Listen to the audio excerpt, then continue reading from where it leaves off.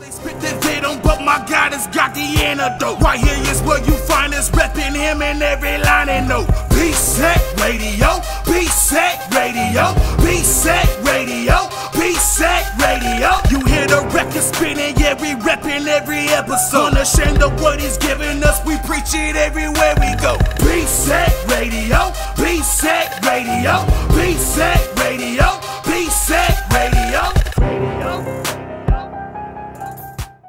Awesome. You know, and I listening to it, and I've listened to it many times. There were some things I heard, and I didn't really realize about you. You know, about your past, about things that happened. You know, even you were open in revealing that. You know, as far as your birth, you know, your mom was on drugs and stuff like that.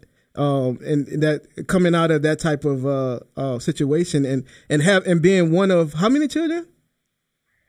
10. 10 children. Yeah. Bro, I didn't know. And you were the youngest, right?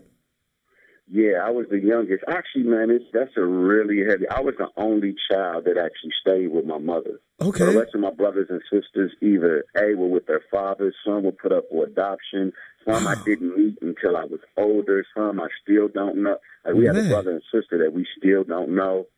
So, but if you trace back to my first album, I didn't mention how many brothers and sisters I have, but I did a whole song dedicated to my mother and her being on drugs. Okay. And, so yeah, like it's not a new, man. You know, this is me kind of revisiting some of those topics bro. that I'd already kind of communicated about. Because, you know, I was like, wow, I didn't realize. So it was good for me to just hear that and just to see, you know, where it came from and stuff like that. And then you go into getting older and being involved in the drug game. You know what I'm saying?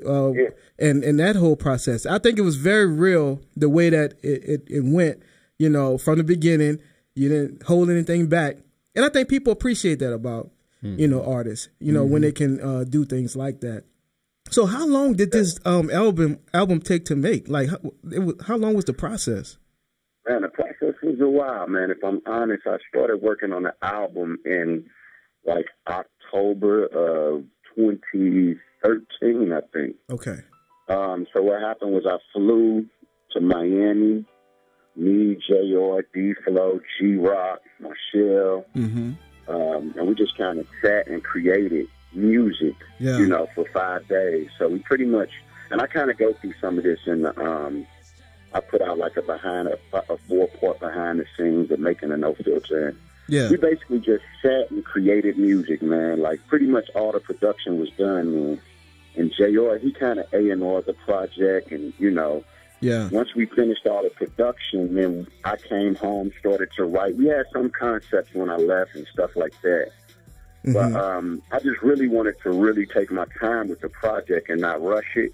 And then we had other artists that were going to be dropping. So I was like, you know what? I want to give them top priority. You know, we had, Shy had dropped that year. And 14, Shy had dropped. The Steven? God Servant had dropped. Isaac King had dropped. Levi had dropped. Levi. So I can actually put myself on the back burner because I could have put the album out earlier.